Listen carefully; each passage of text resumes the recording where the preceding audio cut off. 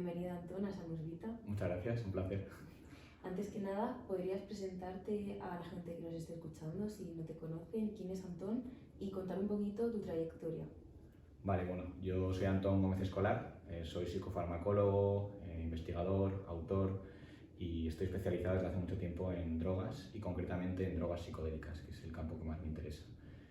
Tengo el máster en psicofarmacología y drogas de abuso, tengo un máster en salud pública, otro en relaciones internacionales y estos últimos años pues, he hecho un montón de cosas en el ámbito de las drogas, he trabajado en la Agencia Europea de Drogas, he trabajado con organizaciones de reducción de riesgos como Energy Control o Cosmic Care, yendo a festivales de música, a analizar drogas e informar sobre reducción de riesgos a las personas que consumen sustancias.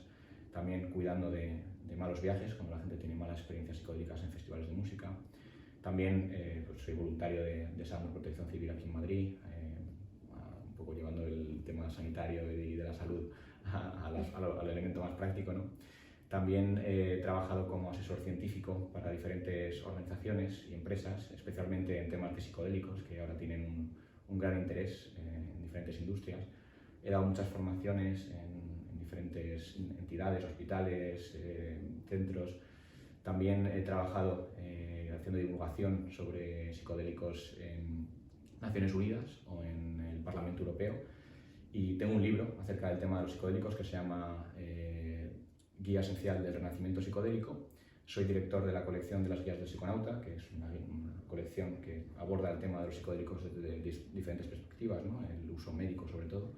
Y también tengo un canal de divulgación en redes sociales que se llama La Drogopedia de Antón, en la cual pues, divulgo y hablo sobre drogas de forma práctica, de forma orientada hacia la salud, hacia la reducción de riesgos para todas aquellas personas que tengan interés sobre estos temas, pues puedan informarse y tener mayor seguridad en su uso si lo tienen o mayor conocimiento en general sobre sustancias, ¿no? También he fundado algunas organizaciones en España. Soy vocal, por ejemplo, de la Sociedad Española de Medicina Psicodélica. También estoy involucrado en el Observatorio de Ciencia Psicodélica INAHUE y en la Sociedad Psicodélica de Madrid. Casi nada, un montón de cosas. Y volviendo a la drogopedia que has nombrado, ¿cómo surgió y por qué? Bueno, yo hace muchos años que tenía ganas de llevar un poco a las redes sociales todo el conocimiento que estaba nuevamente divulgando desde programas como Energy Control.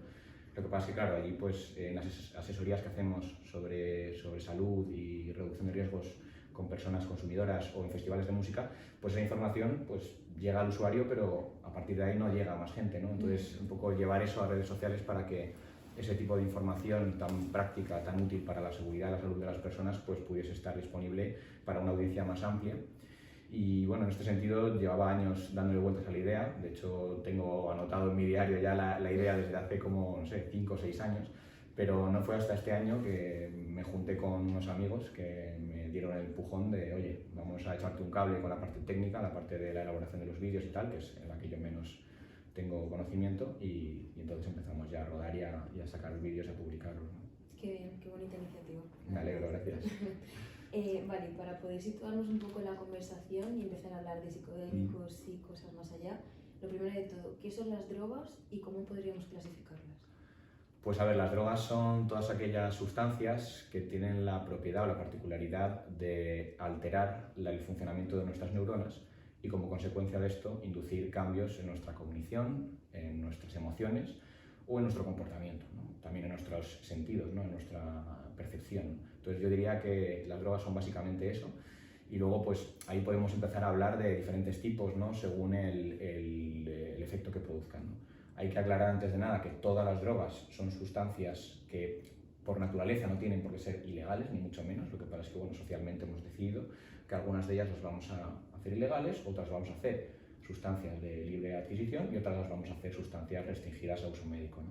Entonces, cuando se habla de qué es una droga o qué no es una droga, el tema de la legalidad no es relevante, porque drogas son todas aquellas sustancias que, como he dicho anteriormente, pues actúan sobre las neuronas y por tanto se incluyen sustancias legales, como pues la cafeína, sustancias ilegales, como puede ser el MDMA, por ejemplo, o sustancias autorizadas para uso médico, como pueden ser las anfetaminas, por ejemplo, o las benzodiazepinas, ¿no? A la hora de clasificarlas, la clasificación que a mí más me gusta es la clasificación según los efectos que tengan, porque también nos permite hablar de cuáles son los riesgos que pueden tener. Y según esa clasificación se podrían diferenciar sobre todo en 7 familias fundamentalmente, ¿no? Que son las drogas estimulantes, las drogas depresoras, las drogas psicodélicas, las drogas empatógenas, las drogas disociativas, las drogas opioides y las drogas cannabinoides, ¿no? Entonces, en esas 7 familias quedarían casi todas las sustancias que conocemos, si no todas, adecuadamente ubicadas, ¿no? En algún punto de esa clasificación. Vale, genial. Pues ya que tú estás más especializado en psicodélicos, ¿nos podrías decir qué es lo que conocemos como psicodélico y cuáles son los efectos que nos pueden llegar a producir? Pues un psicodélico es lo que antiguamente se conocía como alucinógeno y son sustancias que fundamentalmente la principal característica que tienen es que alteran muy profundamente nuestra percepción, pero también nuestra cognición y nuestras emociones. Es decir, como he dicho anteriormente, casi todas las sustancias tienen algún tipo de afectación a esos niveles, ¿no? Pero estas sustancias en concreto lo hacen de una forma muy intensa. En general lo hacen a través de la activación de un neuroreceptor que tenemos a nivel cerebral, que se llama 5-HT2A, que es un receptor de tipo serotonina, pero que al activarse pues induce una serie de cambios a nivel neuronal que hace que nuestras percepciones del mundo se alteren bastante durante unas horas, que nuestra forma de pensar y de ver el mundo y de percibir también la realidad interna nuestra, no solo la del exterior, sino también el interior, se vean muy cambiadas, y esto tiene unas grandes utilidades en el ámbito terapéutico, ¿no? Porque permiten pues, llevar a cabo terapias o potenciar el efecto de algunas terapias que a día de hoy conocemos y utilizamos, pero que con estas sustancias se vuelven mucho más efectivas y mucho más rápidas, ¿no? En cuanto a la aparición de esos efectos beneficiosos que se buscan. Claro, porque al final nosotros conocemos normalmente el uso de las drogas como algo pues para fiesta o algo más social, pero también tienen muchos efectos, o bueno, más bien propiedades medicinales. Sí. ¿Cuáles son las que más podríamos destacar o que se puede llegar a tener un uso? Pues prácticamente todas las drogas que conocemos a día de hoy han tenido o tienen algún uso terapéutico. De hecho, la mayoría de las drogas, digamos, sintéticas son drogas que han sido creadas por la industria farmacéutica en el pasado con una serie de indicaciones y que por un motivo u otro pues acabaron siendo desautorizadas o prohibidas o simplemente se dejaron de utilizar en algunos casos, ¿no? Por ejemplo, la heroína es una sustancia que creó Bayer, la casa farmacéutica alemana, para el tratamiento de la tos, para el tratamiento del dolor. La MDMA, por ejemplo, en un origen fue creada por la casa farmacéutica alemana Merck en el año 1912. La LSD fue creada por la casa farmacéutica Sandoz, suiza, en Basilea, en el año 1943. La anfetamina también desde un principio ha tenido usos terapéuticos y a día de hoy se sigue utilizando para usos terapéuticos, se sigue comercializando también con esos usos, sobre todo para el tratamiento del déficit de atención con hiperactividad, la narcolepsia.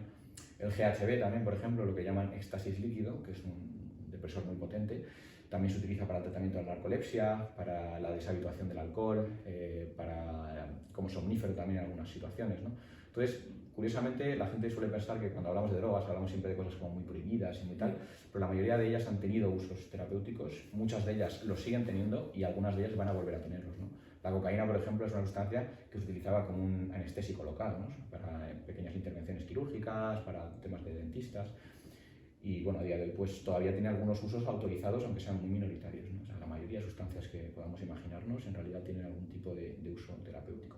Curiosamente, los psicodélicos son las sustancias que menos usos terapéuticos tienen autorizados a día de hoy. De hecho, la mayoría de estas sustancias no tienen ningún uso terapéutico autorizado. Por ejemplo, la MDMA, por ejemplo, la dimetiltriptamina, la LSD, la psilocibina de las setas. Pero eso está cambiando muy rápido porque están terminándose las fases finales de los ensayos clínicos que se están haciendo para el tratamiento sobre todo de estrés postraumático, adicciones, depresión. Está teniendo muy buenos resultados y eso implica que dentro de muy poco probablemente van a estar disponibles para uso médico, y de hecho ya están empezando a estarlo, ¿no? En Europa y en Estados Unidos en el año 2019 se autorizó el uso médico de la ketamina para el tratamiento de la depresión. En Australia este verano se ha autorizado el uso médico de la MDMA para el tratamiento del estrés postraumático, de la psilocibina para el tratamiento de depresión. Estados Unidos ahora está terminando ya de evaluar el uso de la MDMA para el estrés postraumático y probablemente se apruebe de aquí a unos pocos meses. Y en Europa no vamos a tener que esperar mucho más probablemente, porque de aquí a lo mejor a un año o 2 años vamos a tener ya autorizados estos usos. O sea que es algo que está cambiando muy rápidamente y curiosamente para esta familia de sustancias tan específica, a la cual se ha tratado bastante mal desde el punto de vista científico, porque son sustancias, los psicodélicos en particular, con bastante poco potencial tóxico y con nulo potencial adictivo.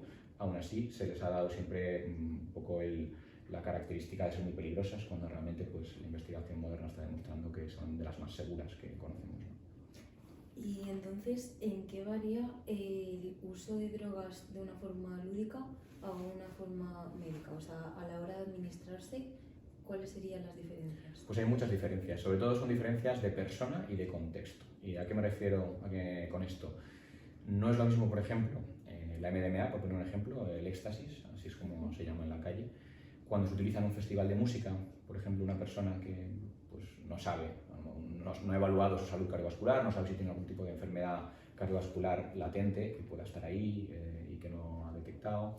La persona no se fija en si está en un festival de música que a lo mejor está a 40 grados bajo el sol, en Almería, en verano. Tampoco se para a pensar si se ha tomado ya 5 copas y por tanto está bastante deshidratado, porque el alcohol, como sabemos, es un diurético y hace que perdamos mucho líquido. Entonces, todas estas variables que en un contexto clínico se manejan muy bien, la dosificación, la pureza de la sustancia, cosa que también en el contexto recreativo normalmente nadie se suele fijar bien en si es pura o no es pura, porque no lo sabemos, ¿no? La persona adquiere la sustancia y no tiene manera de saber si está adquiriendo lo que quiere, si le ha un timao.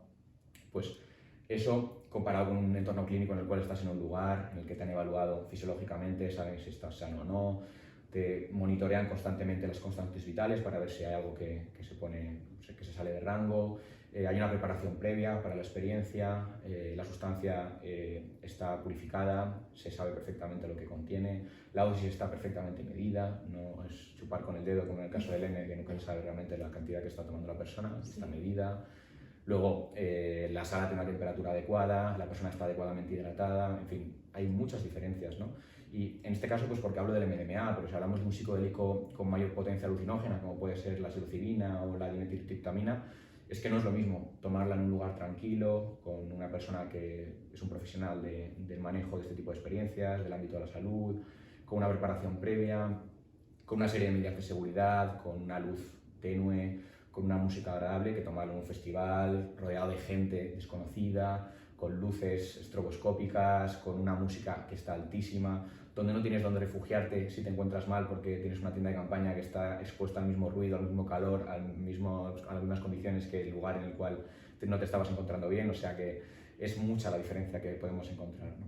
Y también una diferencia de objetivo, o sea, no es lo mismo una persona que accede al uso de una sustancia con un fin claro y determinado que una persona que a lo mejor accede a ella únicamente con fines hedonistas, ¿no? Para sentir un cierto placer o demás, o en casos más peligrosos para evadirse de una realidad que no le resulta agradable, ¿no? Ese es el peor de los casos, ¿no? De hecho, yo siempre considero que el uso lúdico recreativo de las sustancias no es necesariamente malo, es decir, todos conocemos el ejemplo del alcohol, que lo consumimos con regularidad cuando salimos de fiesta por la noche y tal, y es una droga que, bueno, pues no tenemos asociado un estigma a su uso lúdico y recreativo y no nos parece que sea muy peligroso el hecho de tomarse un par de copas una noche, ¿no? Para disfrutar más de una experiencia.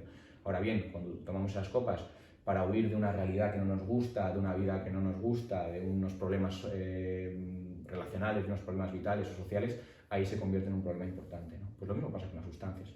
El uso médico creo que está de toda luz justificado. El uso lúdico creo que puede tener su lugar, siempre y cuando se cumplan unas medidas de seguridad, unas medidas de protección, de conocimiento, de reducción de riesgos que estén ya previstas. Y el uso como evasión es lo que me parece más peligroso. Y a veces ese uso lúdico y ese uso evasivo en nuestra sociedad no lo sabemos diferenciar, ¿no? Y del consumir una sustancia para ampliar una experiencia agradable, para amplificar el disfrute de una experiencia de ocio, de un baile, de una noche, no vemos la diferencia entre tomarla para huir de una situación que no nos gusta y demás, ¿no? Y ahí está el peligro, en mi opinión, ¿no? Cuando las sustancias dejan de ser una herramienta que amplifica nuestra realidad y pasan a ser una herramienta que lo que hace es separarnos de una realidad de la que queremos huir, ¿no? Claro, porque al final, cuando tomamos psicodélicos, la realidad tal y como la conocemos se percibe de una forma totalmente distinta. Se percibe diferente, hay gente que dice que se percibe mejor o más, digamos, más cruda, más real, menos adulterada por nuestras propias preconcepciones o nuestros modelos de pensamiento.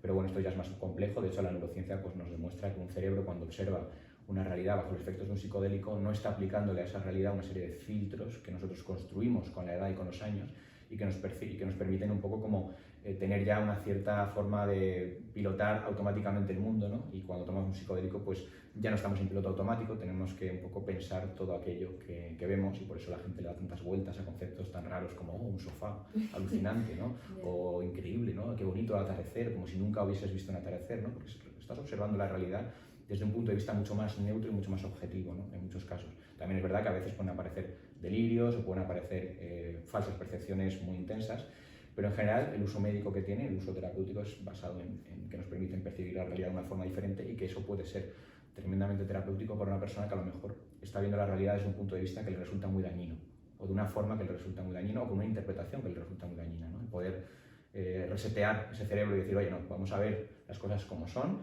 sin tanta preconcepción, sin tanto prejuicio, pues puede ser terapéutico, ¿no? Pero sí, los psicodélicos tienen esa particularidad. Otras drogas a lo mejor no van tanto por ahí, ¿no? Hay otras sustancias que actúan más a nivel emocional, o que actúan más a nivel de activación de nuestro estado de alerta, ¿no? Como pueden ser los estimulantes, como pueden ser al revés los depresores, ¿no? En calmar ese sistema emocional, ¿no? Esa activación que podemos tener. Pero sí, los psicodélicos tienen esa particularidad de realmente mostrar a veces ciertas realidades mucho más desnudas de como las vemos en un estado, en un estado ordinario de conciencia. Porque también el uso de los psicodélicos está muy de moda, por decirlo de alguna forma, a nivel espiritual. Sí. Como para llevar a cabo un despertar espiritual. ¿Nos puedes contar alguna experiencia relacionada con eso? Sí, bueno, lo primero de todo decir que esto no es nada nuevo. O sea, el uso de psicodélicos en entornos, en contextos de uso espiritual o de uso médico también, es algo que es tan antiguo como el hombre prácticamente. O sea, ahí tenemos registros de uso de sustancias delirógenas, alucinógenas, psicodélicas, de todo tipo de familias que alteran la percepción desde hace muchos miles de años, ¿no? Y eso es algo que además ha sido normalmente relacionado con religiones, con cultos. Muchos de los sacramentos de las religiones más antiguas pues tenían como elemento central el consumo de un psicodélico, ¿no? Los griegos, las culturas amazónicas, en África, en Asia hay muchas culturas que utilizaban estas sustancias como elemento religioso, espiritual. Ahora, con la vuelta un poco de la atención de Occidente hacia estas sustancias, se está también retomando pues esa posibilidad que tienen, ¿no? de hacernos a lo mejor vivir experiencias que pueden considerarse cercanas a lo que entendemos como místico, sagrado. Hay gente que, bueno, pues que aplicando a lo mejor un paradigma más religioso, pues entienden que el consumo psicodélico les acerca a lo mejor una visión más pura de lo que es la divinidad, de lo que es los elementos sagrados, de la naturaleza en muchos casos, ¿no? Pero también eso depende mucho de un poco de la preconcepción o de la idea o del objetivo con el cual partas. O sea, mucha gente a lo mejor se encuentra con esos elementos religiosos espirituales accidentalmente en la práctica y el uso de los psicodélicos, pero hay mucha gente que tiene una práctica mucho más científica, ¿no? Mucho más orientada pues, a la autoexploración, al autoconocimiento, y que no necesariamente pues, lo ve desde esa óptica o desde esa lente tan espiritual, ¿no? Pero es verdad que en general mucha gente siente ese acercamiento, ¿no? A elementos espirituales que en nuestra sociedad a día de hoy, sobre todo en Occidente, tenemos bastante olvidados, ¿no? Porque no somos una cultura para nada religiosa ni espiritual a día de hoy. Lo fuimos hace años, pero ahora ya no lo somos tanto. Entonces, bueno, los psicodélicos, como ya hicieron en otros grupos humanos, pues nos acerca también a una percepción a lo mejor más religiosa o más espiritual de las cosas. Y luego, dentro de los psicodélicos, la experiencia que nos proporcionan se suele llamar viajes. Entonces, también llevándolo hacia el lado negativo, nos podría dar un mal viaje tomando esas sustancias. ¿Cuáles son las causas o las cosas que podemos hacer para prevenir un mal viaje, tanto la persona que consume la droga como los acompañantes? Bueno, primero de todo me gustaría decir que un mal viaje es una palabra que no me gusta utilizar mucho ni a la mayoría de las personas que trabajamos en el ámbito de la investigación con psicodélicos, sobre todo porque entendemos que decir que es malo ya es aplicarle una condición negativa, ¿no? Y de inutilidad y probablemente que es algo que queremos evitar a toda costa, ¿no? Y en realidad un mal viaje yo creo que se entiende mejor si hablamos de una experiencia difícil. ¿Por qué? Porque una experiencia difícil es verdad que si no se integra adecuadamente posteriormente puede ser una experiencia que se convierta en una mala experiencia y que queramos dejar atrás y olvidar, ¿no? Pero muchas veces en la investigación se ha descubierto que cuando una persona tiene una de esas experiencias difíciles, si luego hay una adecuada integración psicológica con un profesional en el ámbito de la psicoterapia, puede llegar a ser una experiencia tremendamente útil y constructiva, ¿no? Entonces, bueno, es verdad que en el momento una experiencia difícil, una experiencia se percibe de forma aterradora en muchos casos. Puede haber mucha ansiedad, puede haber mucho miedo, puede haber mucha confusión, puede haber delirios muy alejados de la realidad y que pueda ser peligroso para la persona, ¿no? Que la persona pueda correr y se caiga, o que intente huir y esconderse en un sitio y se haga daño. Eso lógicamente es peligroso, ¿no? Y eso tratamos de evitarlo a toda costa, siempre cuando, por suerte, no es una cosa tan común que suceda, pero bueno, en terapia es verdad que la gente viene a trabajar elementos que a veces son difíciles de trabajar. Entonces, no podemos pretender que los pacientes de un ensayo clínico con psicodélicos pues vayan a tener solo experiencias maravillosas de estar tumbadas en el sofá y disfrutando muchísimo, ¿no? Muchas veces emergen elementos difíciles y, como tú has dicho, es un viaje y eso implica que no toda la experiencia es igual. Los viajes en momentos malos, en momentos buenos, momentos de mayor miedo, momentos de disfrute, y eso sucede en un viaje. O sea, un viaje tiene altibajos, tiene momentos de más ansiedad, momentos de más disfrute, momentos de contemplación, momentos de más actividad, ¿no? Entonces, este tipo de experiencias, lo primero de todo que me gustaría decir es que no son experiencias que supongan un riesgo para la salud mental siempre y cuando estén adecuadamente contenidas y sea una persona que previamente haya sido sometida a una evaluación para descartar que tenga, por ejemplo, una psicosis latente, ¿no? Muy importante. Porque los psicodélicos, al igual que le pasa al cannabis, por ejemplo, son sustancias que pueden despertar una experiencia psicótica en una persona que tenga esa predisposición. Si no tiene esa predisposición, no va a suceder tampoco. O sea, que una persona que no tenga predisposición psicótica puede tener un mal viaje, pero no va a tener un brote psicótico, digamos, ¿no? Pero para ello es importante que haya un adecuado cribado, que se llama, ¿no? Que antes de acceder la persona a estos tratamientos se pueda evaluar si esa persona tiene algún riesgo de tener este tipo de experiencias psicóticas, ¿no? Dicho esto, un mal viaje para una persona que no tenga esta predisposición psicótica no es algo que tenga que ser necesariamente peligroso. Es decir, es una mala experiencia, efectivamente, puede ser desagradable en el momento, puede ser difícil, pero adecuadamente integrada puede ser tremendamente útil en el largo plazo. Es decir, la persona puede sacar elementos positivos, aprendizajes importantes acerca de sí mismo, acerca del mundo, de esa experiencia, ¿no? Y de hecho tenemos muchos casos en los que así ha sido, ¿no? Para evitar que esto suceda de todos modos, o sea, nadie quiere realmente lanzar a una persona a un mal viaje, ¿no? Aunque sea a veces una parte integral de la propia experiencia, pero bueno, se va a evitar en la medida del posible, ¿no? Para evitar esto, lo más importante es la preparación, o sea, que la persona esté preparada para la experiencia que va a vivir y el contexto en el cual la va a realizar, lo que los americanos llaman set y setting, ¿no? ¿Cuál es tu mentalidad y cuál es el espacio en el que estás?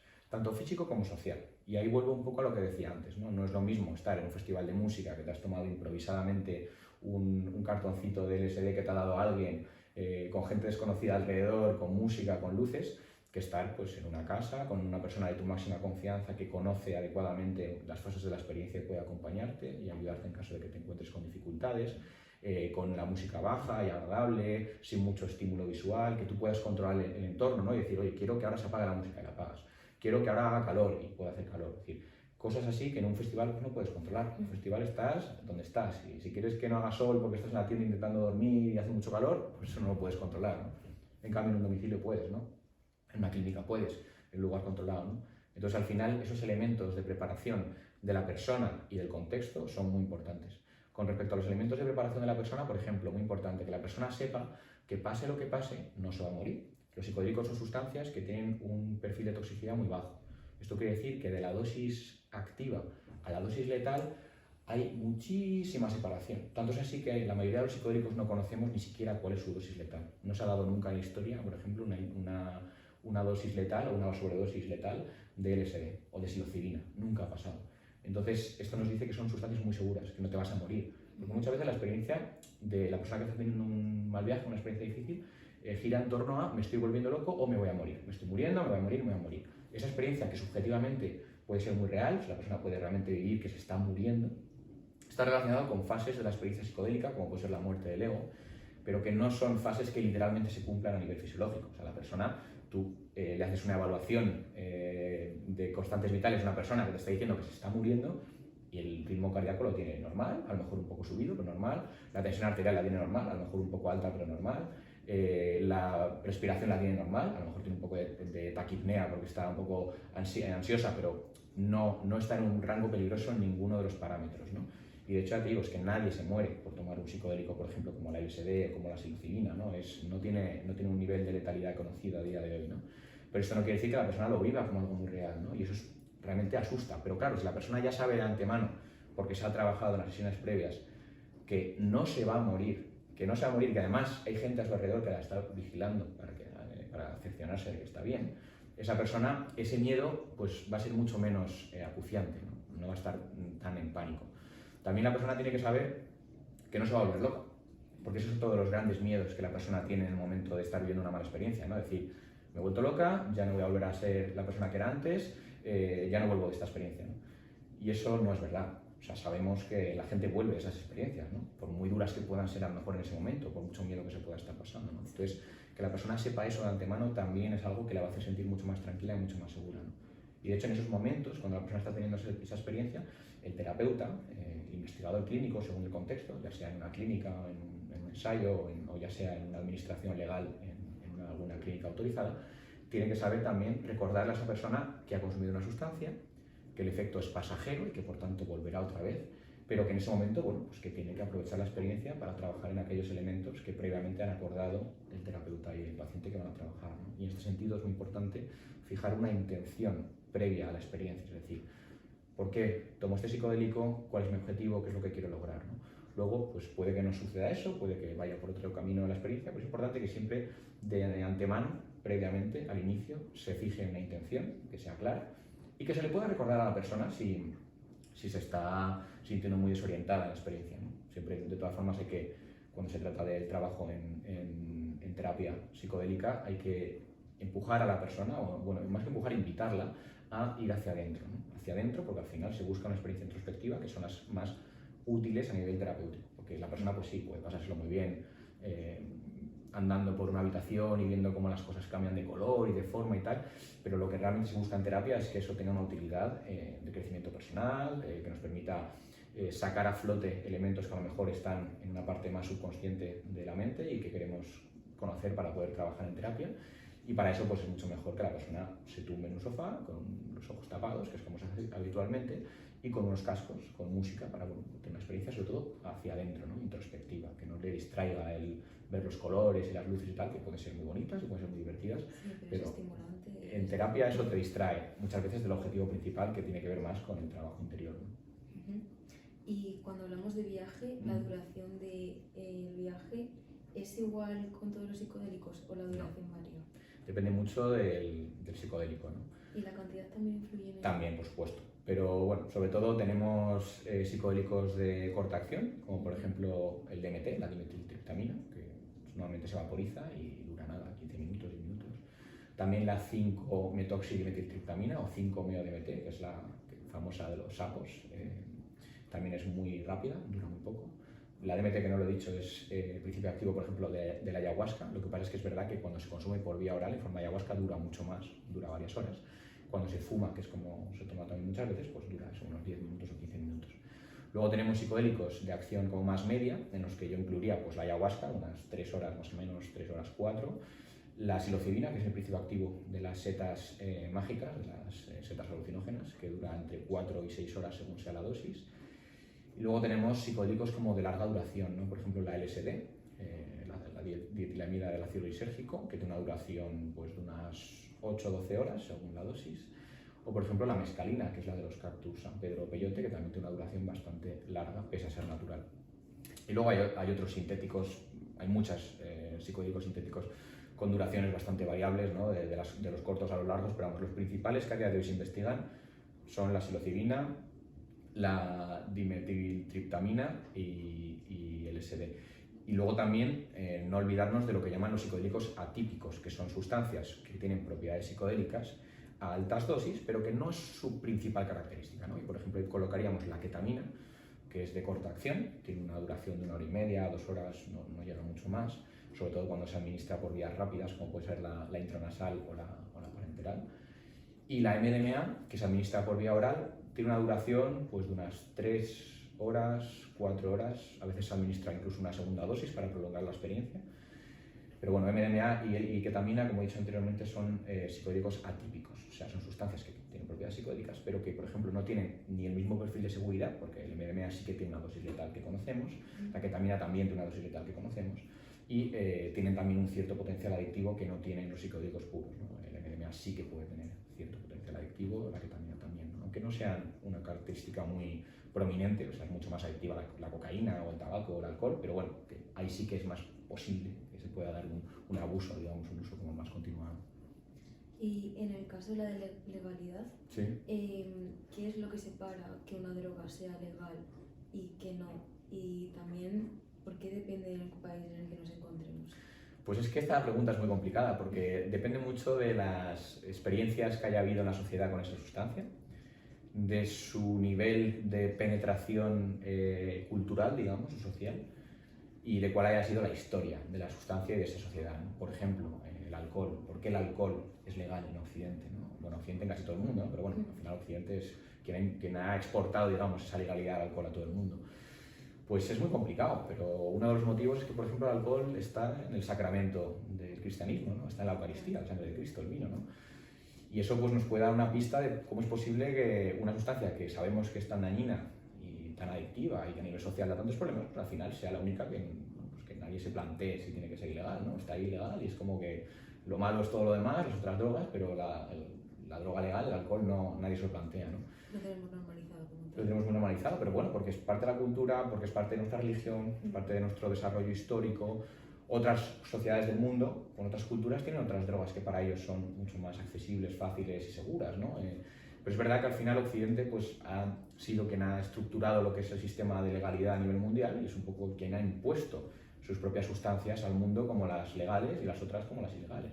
También hay que ver esto en un contexto religioso, a lo mejor, de la propia época colonial o de expansionista, ¿no? En la cual, pues bueno, el cristianismo llegaba a determinadas zonas en las que había religiones que utilizaban otras sustancias, y entonces esas sustancias pasaban a ser automáticamente demoníacas, mal vistas, como pecaminosas, y entonces pues esas quedaban barridas, ¿no? Al final es muy complejo, realmente. Pero si fuésemos científicos, si fuésemos, tuviésemos más metódicos a la hora de evaluar la seguridad y la legalidad de una sustancia, pues probablemente estaríamos en una situación en la que el alcohol seguramente estaría prohibido.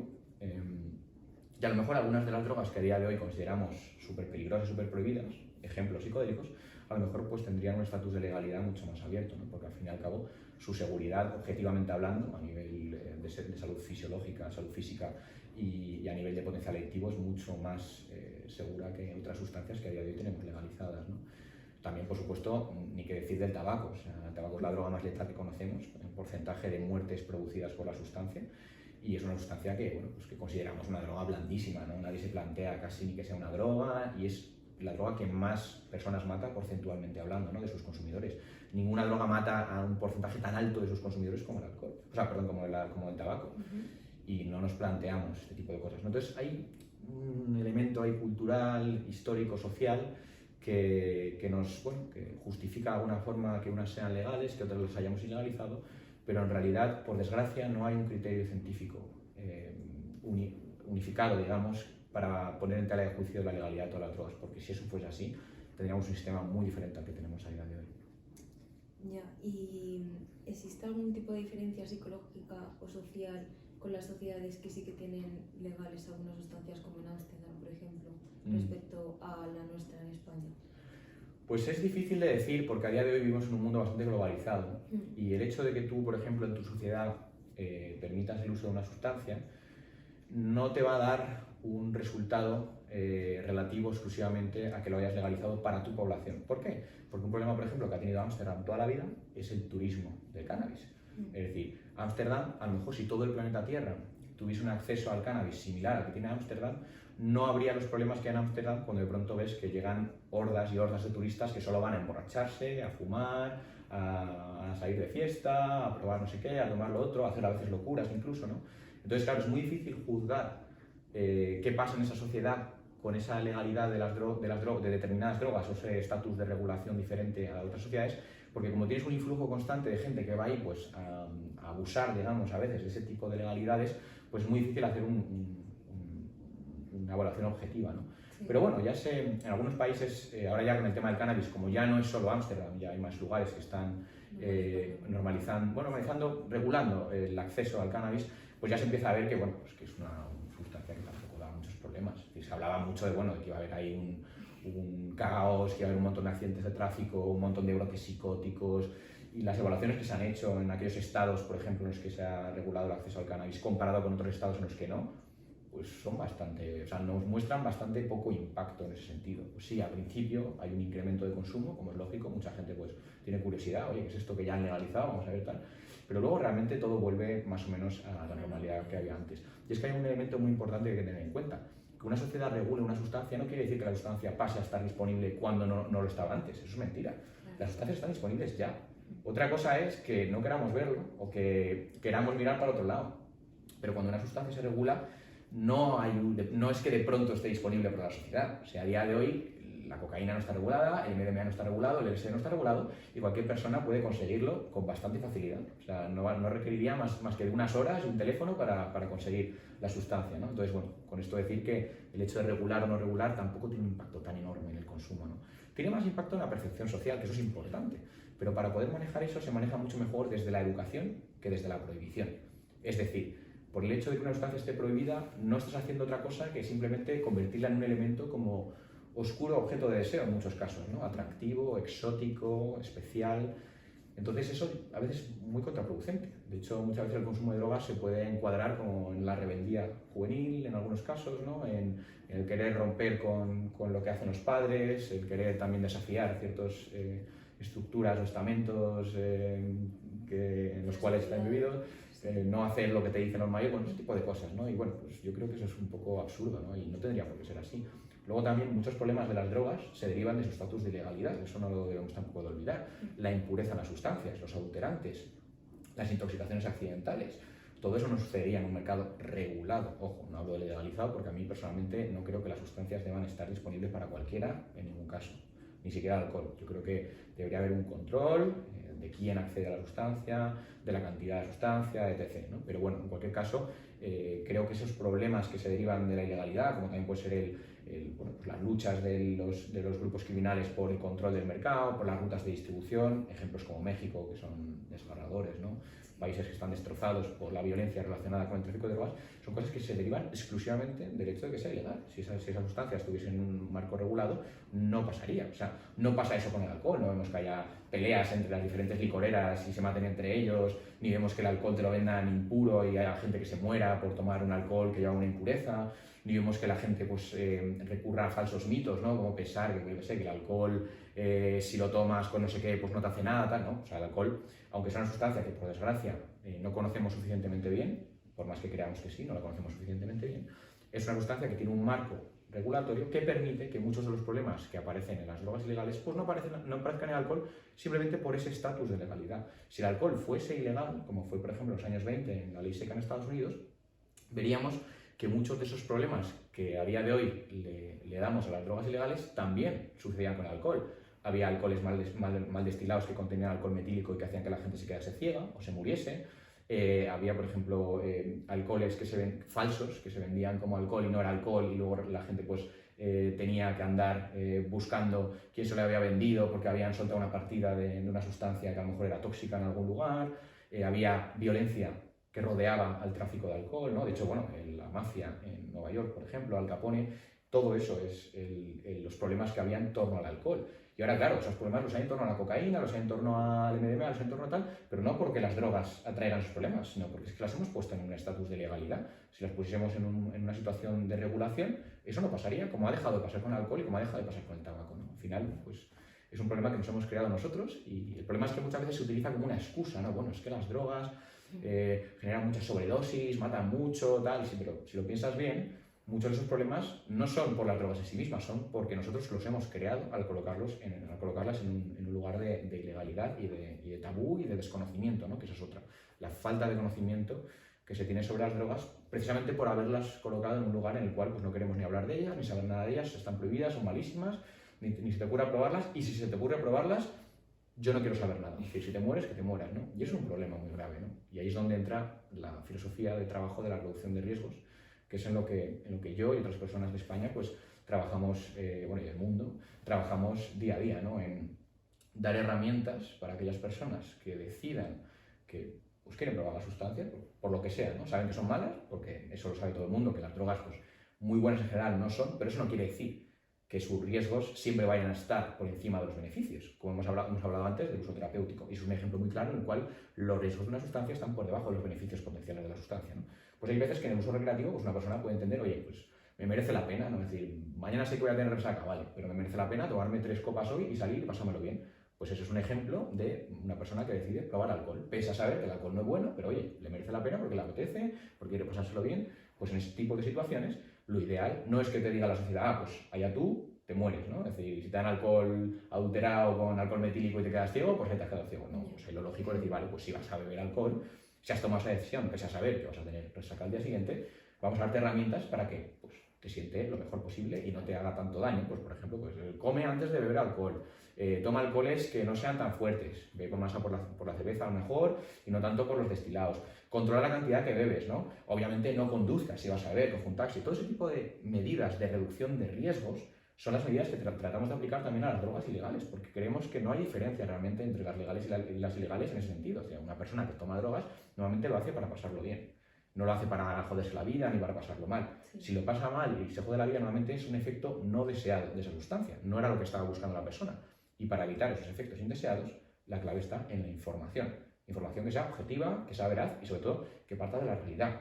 O sea, todos sabemos que la forma más segura de consumir una droga es no consumirla, siempre. O sea, la única forma segura de no tener ningún riesgo cuando se consume una sustancia psicoactiva, de cualquier tipo, legal o ilegal, es no tomarla, ya está. Eso es muy obvio. Pero ahora bien, aun sabiendo eso, yo a lo mejor quiero tomarme mi copa, me apetece tomarme mi copa, porque bueno, pues sí, a lo mejor me tengo resaca al día siguiente, a lo mejor pues luego si voy andando por la calle pues tengo más probabilidades de tropezarme o me puedo meter en una pelea, no sé qué, bueno, pero yo aún así pues me apetece probarla, porque pues me gusta a lo mejor beber, pues vale, entonces pues ahí la idea es que la información sirva para proteger tu salud lo más posible, sin que la única estrategia de protección de salud sea el no lo tomes, porque esa ya la conocemos todos. Claro. Pero hay gente que prefiere probar, entonces ¿por qué vas a quedarte ahí en el no lo tomes y entonces si lo tomas, pues que te mueras? No, eso es una forma bastante cobarde, en mi opinión, de gestionar los usos de sustancias psicoactivas, ¿no?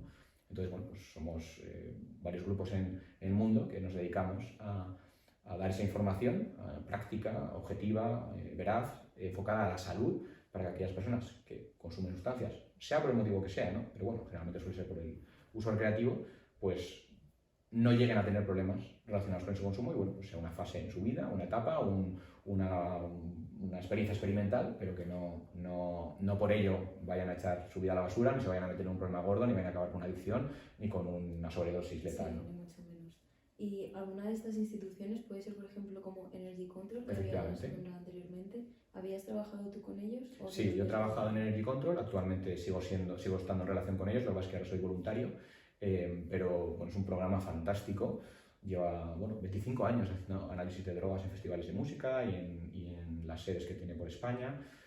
Funciona muy bien además esta herramienta del análisis porque permite a las personas que han decidido consumir una sustancia psicoactiva acceder pues, a información de lo que han comprado, porque muchas veces tú puedes saber mucho sobre cocaína, pero si lo que has comprado no es cocaína, pues no te sirve de nada saber mucho de ello porque te vas a meter igual en un lío por tomar una sustancia con una potencia diferente o con una toxicidad diferente, ¿no? Creyendo que es cocaína, ¿no? Sobre todo, lo que hacemos es informar, dar mucha información de reducción de riesgos para aquellas personas que no consumen y están interesadas en saber cuáles son los riesgos de las sustancias, también para aquellas personas que consumen y están interesadas en proteger su salud, ¿no? frente a los problemas. Y, por supuesto, información para evitar que nadie que se acerque a una sustancia, ya sea legal o ilegal, acabe teniendo un problema relacionado con ese consumo, ¿no? Y lo bueno que tiene además el que trabajamos pues, gente joven, que trabajamos con una forma muy objetiva de ver las cosas, que no juzgamos a las personas que se acercan a nosotros, es que nos permite entrar en contacto con personas que no entrarían en contacto con otro tipo de recursos. Yeah. La gente que va a un CAD, a un centro de atención a las drogodependencias o a las adicciones, es gente normalmente que ya está en una fase muy avanzada de un consumo problemático, que a lo mejor ya ha perdido un trabajo, que a lo mejor ya se ha peleado con su familia, con sus padres, con una tal, y es más complicado reconducir eso, ¿no? Es diferente, pero bueno, nosotros podemos tener un contacto con la gente desde el principio, desde el primer consumo experimental que van a tener, porque se acercan a preguntarnos, oye, ¿qué peligros tiene esta sustancia? Nosotros se lo contamos, ¿no? O, oye, ¿puedes analizarme esto para ver si hay alguna cosa peligrosa? Entonces lo miramos y decimos, mira, pues oye, pues está la sustancia en sí, que es peligrosa por esto, pero además hemos detectado que tiene, pues yo que sé, levamisol, una cosa como tóxica que se utiliza para adulterar la cocaína, por ejemplo. Y mucha gente, cuando le damos esa información basada en un objetivo científico, pues decide tirar la sustancia. Algo que no han conseguido todas las campañas, que no han dicho, no, tomes a esto, no sé qué, la persona, pues oye, es el cuento de Pedro y el Lobo, ¿no? La gente le dice, no, es horrible, no tomes esta droga, por tal, y luego la gente la toma, se lo pasa bien y claro, en ese momento tiran a la basura todo lo que les han dicho en la vida y tampoco hay que hacer eso, porque se pasan del lado de, oye, las drogas son peligrosas, a las drogas no son peligrosas, y ese lado también es mentira, porque las drogas son peligrosas, todas tienen riesgos, ¿no? Que no quiere decir que estén por encima de los beneficios en algunos casos, como he dicho anteriormente, pero todas tienen riesgos, ¿no? Entonces ahí la clave está en eso, en que el tener una herramienta como el análisis de drogas no solo da una información útil para la salud y la seguridad del consumidor, le permite descartar sustancias que puedan estar adulteradas, que puedan ser peligrosas y que de otro modo las habrían consumido si no fuese por esa analítica, sino que además nos permite establecer un vínculo y una conexión con estas personas desde el principio. Y no necesitamos que las personas tengan un problema para que de pronto aparezcan en un centro de tratamiento de adicciones, sino que desde un principio podemos darles esas herramientas para que nunca lleguen a tener ese problema. De una forma más cercana también. Claro, por supuesto, y sin juzgar, que es lo más importante al final, porque nadie quiere ir donde le van a regañar y a decir que muy mal, que tal y cual.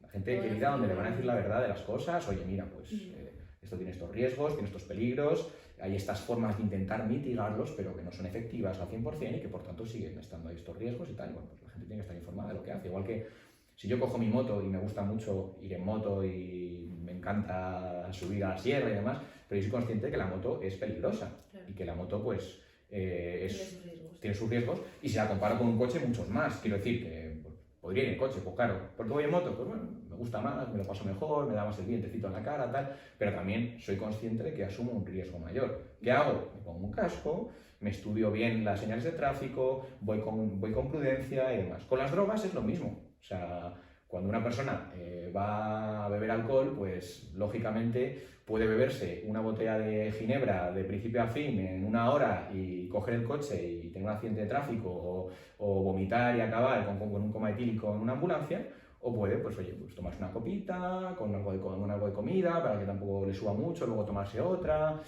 no coger el coche esa noche, tomar bien de agua para estar bien hidratado, pues esa es un poco la comparativa, ¿no? Estamos hablando de lo mismo, ¿no? De reducir los riesgos sin necesidad de que la única alternativa sea el no hacerlo, que esa es una alternativa muy válida y fantástica para quien la sigue, pero para quien no la sigue, pues oye, que hay formas, no es obligatorio que si vas a coger la moto, pues ya tengas que cogerla sin casco y te has que ir a 200, no, pues coger la moto y ponerte el casco y tal. ¿Te puedes matar? Pues sí. ¿Es menos probable que te mates? Pues también. En la misma acción, pero al final la experiencia es totalmente distinta. Sí, la experiencia es distinta y los riesgos a los que te expones son distintos. Para mí eso es lo importante, el nivel de riesgo que se maneja, ¿no? Y por eso a este enfoque se le llama reducción de riesgos. Y hilando todo esto un poco con los NPS, ¿podrías explicar qué es esto?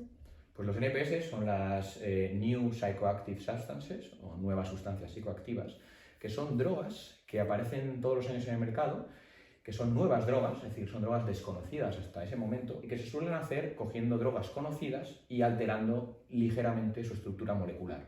De esa forma ya no están en la ley, ya no están prohibidas. Yo cojo una molécula, por ejemplo, de MDMA, le añado un oxígeno y convierto a esa molécula en una droga nueva que se llama metilona. La metilona tiene unos efectos muy parecidos a la MDMA, pero como su fórmula química es diferente, las leyes que aplican a la MDMA no aplican a esa sustancia, es una nueva totalmente. Entonces, claro, esa sustancia aparece en el mercado, se empieza a vender de forma alegal, y digo alegal porque tampoco se puede vender para consumo humano, porque cuando tú vendes algo para consumo humano tiene que pasar una serie de aprobaciones, ¿no? Entonces estas drogas pues, se venden, pues, entre comillas, como fertilizante para cactus, se venden como sales de baño, se venden como pues, todo tipo de cosas que sean aromáticas, ¿no? Por ejemplo, para que no sean de uso humano y por tanto las autoridades no puedan captarlo como, oye, estás vendiendo esto para consumo humano cuando no ha sido autorizado para consumo humano. Pero tanto el vendedor como el comprador saben perfectamente que aunque ahí ponga sales de baño, los dos saben para qué lo venden y para qué lo compran, ¿no? El comprador lo compra porque sabe por lo que lo va a tomar y el vendedor sabe que lo está vendiendo para consumo. Pero bueno, de cara al exterior, a la galería, de cara a la ley, pues ellos están haciendo una transacción de un producto que no es para consumo humano. ¿Qué pasa? Que bueno, al final empieza siempre a haber casos de detección de estas sustancias en entornos de ocio, a veces hay algún problema de salud, alguna persona a lo mejor que tiene una sobredosis, que termina en un hospital después de haber tomado esto, y eso poco a poco va generando una cierta acumulación de información que cuando ya se llega a un punto en el cual se entiende que una sustancia se está consumiendo de una forma pues, más o menos regular, se activan ya los mecanismos de la ley para prohibirla, ¿no? Entonces eso pues, tarda unos años, ¿no? De hecho, en Europa lo hace la Agencia Europea de Drogas, en la que yo trabajaba anteriormente, pues ahí se dedican también a recibir los informes de seguridad de un producto que han detectado en el mercado que se está consumiendo y emiten un dictamen que suele ser pues, prohibir esta sustancia, ¿no? Incluirla junto a las otras muchas sustancias que ya se han prohibido, ¿no? Y esto es un proceso pues, que lleva una serie de años. Durante esos años, pues esta sustancia suele estar disponible y se suele vender.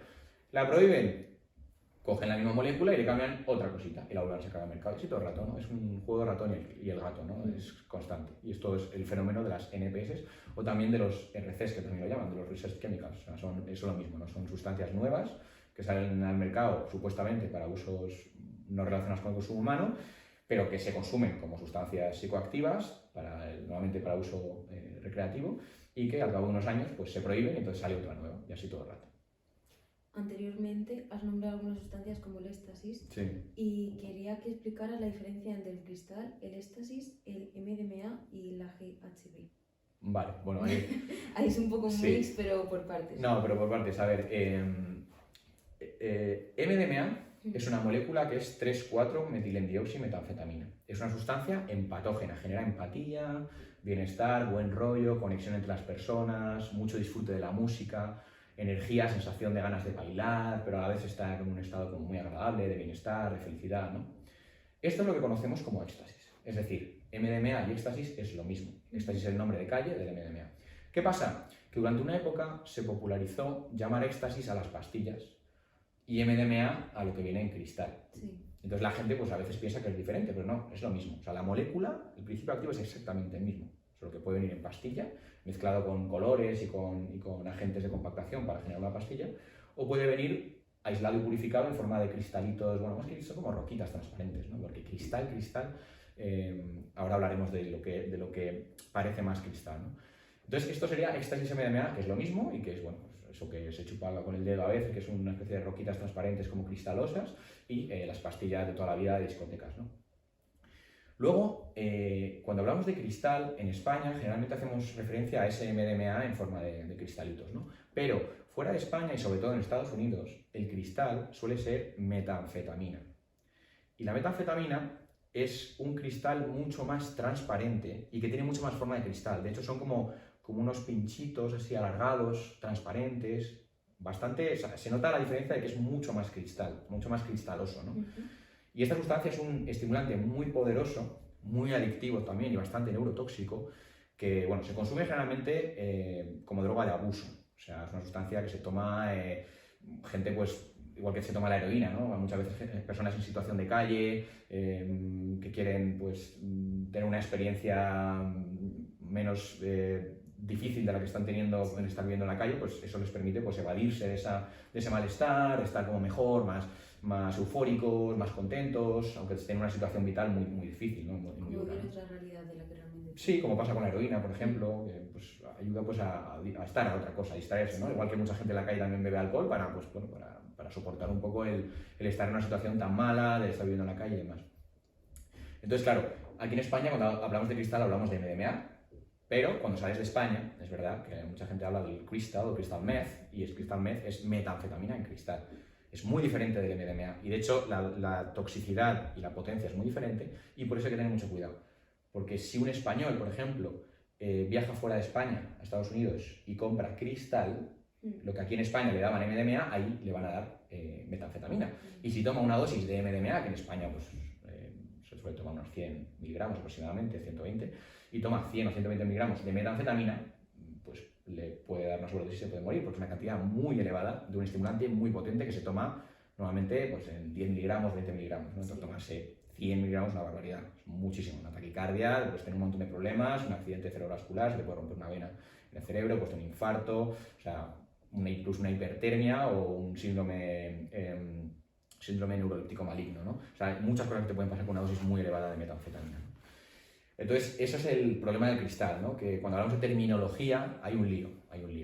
Yo, para no confundirme, siempre cuando hablo en España de sustancias, intento hablar de MDMA y como mucho de éxtasis. Sí. pero el cristal, bueno, explico esto de que se vende en forma de cristal y, bueno, y que la gente aquí lo compra como cristal, pero que realmente eso es algo que, bueno, pues que también va por moda y hay que tener cuidado, porque ahora pues con Breaking Bad, la gente que ve Breaking Bad, claro, eso es crystal meth, ese es el cristal americano del cual hablo, que no es el cristal de España, ¿no? Entonces tener eso clarísimo es muy importante. Luego, no sé cuál es la otra. Ah, sí, el GHB. GHB es una droga depresora muy potente, como el alcohol, pero con mucha mayor potencia farmacológica, es decir, con una dosis muy pequeña hace un efecto muy grande, que está de forma natural en nuestro cerebro y también en algunas frutas. De hecho, el vino, por ejemplo, y la cerveza tienen pequeñísimas cantidades de GHB también, además del alcohol. Y ese GHB es una sustancia que se utiliza mucho como sustancia recreativa en clubes. Está muy asociada, por ejemplo, a los contextos homosexuales, tiene mucha relación con la fiesta pues, en Chueca, por ejemplo, en algún determinados, en el Orgullo, por ejemplo, se ve mucho GHB también. Y es una sustancia que también tiene la particularidad de ser bastante afrodisíaca. O sea, la gente, pues, además de darte desinhibición, alegría, euforia, cierta borrachería suave, pues también te genera ciertas ganas de tener sexo y demás. Y es una sustancia que la ha apodado los periodistas éxtasis líquido. Pero esto es muy peligroso porque hace que haya mucha confusión a nivel social. GHB, éxtasis líquido, MDMA, éxtasis normal. Son muy diferentes porque el éxtasis normal es un empatógeno con propiedades estimulantes. En cambio, el éxtasis líquido, GHB, es un depresor. O sea, sus efectos son antitéticos en cuanto a lo que es que uno te va a despertar o te va a acelerar el cuerpo y el otro te lo va a dormir o a hacer que baje. Entonces, esto genera mucha confusión, ¿no? Pero el éxtasis líquido, en realidad, por ejemplo, una dosis alta de éxtasis líquido te va a producir sueño, te puedes quedar inconsciente o en coma y de hecho, si estás en coma y, por ejemplo, vomitas, puedes tener una aspiración de vómito y te puedes asfixiar, ¿no? Eso pasa a veces con dosis muy altas de alcohol, ¿no? Pues lo mismo con el GHB. Cosa muy contraria a lo que te pasa con dosis altas, por ejemplo, de MDMA, que las dosis altas de MDMA por lo que te van a producir es hipertermia, una aceleración del cuerpo, te van a producir un incremento del ritmo cardíaco, de la tensión arterial, pero vamos, todo lo contrario que el GHB, que lo que va a hacer esto es todo lo contrario, es dejarte el cuerpo apagado, ¿no? Es decir, y de hecho, de ahí puede venir una sobredosis, de ahí puede venir el problema de salud de una sobredosis, ¿no? Claro, porque el GHB tiene alguna similitud con el popper o no tiene nada. No, yo diría que no mucho. A ver, ambos tienen propiedades tirando hacia lo depresor. Ambos generan euforia, ambos generan pues cierto bienestar y demás, pero luego, bueno, el GHB se parece mucho más al alcohol y el popper es mucho más pues algo que también roza lo que denominaríamos un disociativo, ¿no? Como por ejemplo la ketamina o el cloroetilo, el cloretilo. Sí, bueno, tienen... Sí, pero sus efectos son totalmente diferentes y clasificados. No es que sean totalmente diferentes, pero son bastante diferentes, bastante. O sea, además luego también la duración, el GHB dura un par de horas, el cloretilo dura unos pocos segundos, la forma de administración, el GHB se bebe, es peligroso, por ejemplo, mezclarlo con alcohol. De hecho, es una de las primeras recomendaciones para la gente que consume GHB, es que evite mezclarlo con alcohol porque eso incrementa mucho la potencia y por tanto los riesgos, ¿no? El popper tampoco se debería mezclar con alcohol, pero bueno, como se consume por vía inhalada, no suele tener un efecto tan largo y el solapamiento de efectos entre las dos no suele perdurar mucho en el tiempo, ¿no? Cosa que con el GHB y el alcohol sí que puede pasar. Una persona que toma una dosis muy alta de GHB con alcohol va a estar mucho tiempo con un efecto de sobredosis, ¿no? Una persona que toma popper con alcohol, pues sí, puede tener un desmayo, puede tener un momento de bajada de tensión muy fuerte, pero en teoría va a durar poco tiempo, en teoría. Y bueno, si está de pie se puede hacer daño al caerse y tal, pero si está en una posición sentado y tal, pues no tiene por qué ser un problema muy grave de salud, ¿no? Claro. Y hablando un poco sobre otro tipo de droga, ¿es cierto que existe una droga que te vuelve caníbal, por decirlo así? No. Es que hubo como muchas noticias relacionadas con eso y es para que nos cuentes un poco realmente qué es o de dónde viene toda esa confusión. Pues a ver, existen drogas que pueden ponerte a lo mejor un poco más agresivo, por ejemplo el alcohol, es una droga que en general hace a la gente, a algunas personas, no a todo el mundo, pero algunas personas sí que las hace más agresivas o más violentas en algunas situaciones. Pero un comportamiento tan complejo como el canibalismo, porque no es que estés agresivo, el canibalismo es que quieras comerte a miembros de tu misma especie. Sí, es una cosa muy elaborada como para que una sustancia psicoactiva, algo tan sencillo como una sustancia psicoactiva, lo induzca, ¿no? Entonces, no existe ninguna droga que induzca el canibalismo. Esto viene de una historia, de un evento que sucedió en Miami, si no me equivoco, hace muchos años, en los que una persona que estaba en situación de calle atacó a otra con mordiscos, no sé qué. Entonces en aquel momento pues estaba muy de moda el consumo de unas sustancias de la familia de las catinonas, muy parecidas a las anfetaminas, concretamente una sustancia que se llamaba MDPV, metilendioxipirovalerona.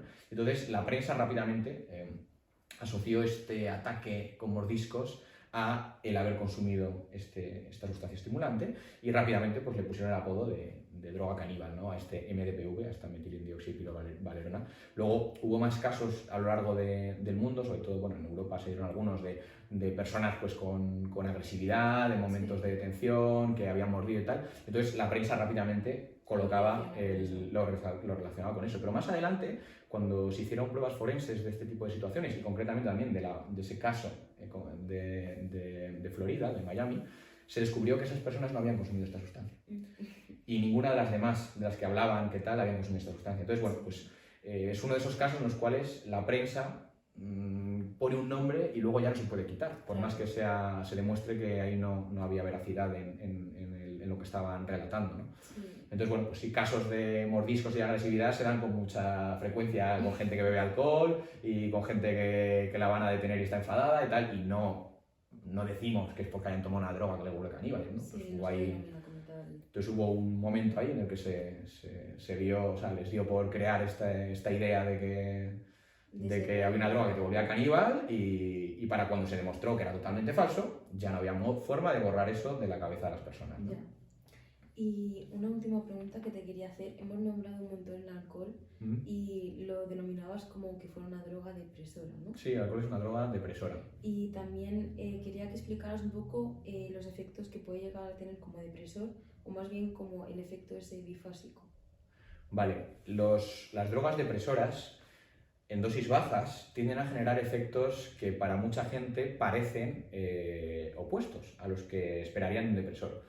Y esto tiene mucho sentido, aunque parezca que no, lo tiene, porque en realidad las drogas depresoras normalmente lo que hacen es apagar la activación neuronal o reducen la activación neuronal, pero normalmente lo hacen empezando por las zonas más sensibles de nuestro cerebro, que son las zonas más evolucionadas y más modernas, ¿no? Las zonas más evolucionadas y modernas, como por ejemplo el córtex prefrontal, esto que tenemos aquí, se encarga sobre todo de inhibir nuestra conducta. Es decir, ¿por qué yo, si me enfado con una persona, no le parto la cara automáticamente o me peleo con ella? Pues porque tengo una parte de mi cerebro que me dice, oye, somos gente civilizada y no nos pegamos, ¿no? Por ejemplo, en los animales, el córtex prefrontal en general no está tan desarrollado. Entonces, eso lleva a que muchas conductas que se dan en la naturaleza, conductas violentas, conductas sexualmente mucho más activas, a lo mejor de las que podemos ver en el ser humano, no estén controladas por una estructura cerebral. En nuestro caso, sí. El problema es que cuando consumes un depresor, al principio, lo que hace el depresor es apagar tu cerebro, empezando por esas zonas más evolucionadas que inhiben nuestra conducta. ¿Cuál es el resultado de esto? Pues que nos volvemos mucho más activos, que sentimos euforia, que a lo mejor gritamos más, que a lo mejor nos pegamos con facilidad, que hacemos cosas pues, que en nuestro sano juicio no haríamos, o no nos atreveríamos a hacer, porque tenemos esa parte inhibitoria que nos está diciendo, hey, esto es peligroso, no lo hagas, pero cuando estás borracho pues lo haces, coges el coche, vas a mucha velocidad. Todo ese tipo de cosas se dan cuando un depresor se da en dosis bajas. Cuando el depresor empieza a darse en dosis más altas, cuando empieza a subir la dosis, ya esa depresión neuronal, ese apagarse de las neuronas, va avanzando y ya empieza a entrar en zonas más profundas del cerebro, y entonces es cuando ya se empiezan a notar, o revelar más bien, los efectos depresores. Las personas empiezan a estar como más adormiladas, ya no pueden coordinar bien, no hablan bien, no se acuerdan de lo que están haciendo. Eso ya es el efecto depresor como más obvio, ¿no? Que todos estamos de acuerdo en que es depresor. Pero claro, ese efecto bifásico confunde mucho, porque hace que la gente diga, no, pero ¿cómo va a ser el alcohol una droga depresora? Yo me tomo 2 copas y estoy a tope, ¿no? Y tengo ganas de salir, de saltar, y hablo mucho, y grito, y me pongo emocional, y me pongo no sé qué. Pues claro, no es porque te está activando, es porque te está quitando el freno que tú normalmente tienes y que evita que hagas ciertas cosas que a lo mejor pueden ser peligrosas, o que a lo mejor pueden no ser una buena idea, aunque no sean peligrosas, ¿no? Como confesarle tu amor a una persona que sabes que está casada, ese tipo de cosas. Pues nada, ya estaría todas las preguntas contestadas. Muchísimas gracias por tu tiempo y por darnos todas estas herramientas para poder conocer mejor las drogas. Y pues nada, muchísimas Pues gracias. muchas gracias a ti por tu interés, espero haber resuelto más o menos las preguntas que traías y nada, y ya sabes que todas estas cosas en la Drogopedia de Antón